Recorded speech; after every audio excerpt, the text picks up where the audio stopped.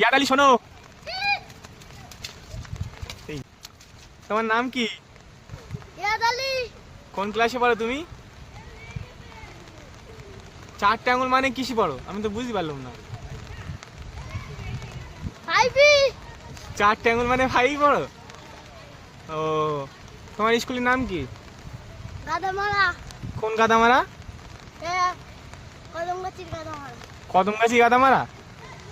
ওখানে স্কুল রয়েছে? আমার ভর্তি নেবে স্কুলে?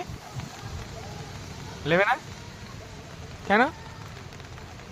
ওই স্কুল শুধু বাচ্চাদের। বাচ্চাদের? ও, আজকে তো সোমবার, তুমি স্কুলে যাওনি? আগে তো স্কুল খুলিনি। খুলিনি কেন জানো না?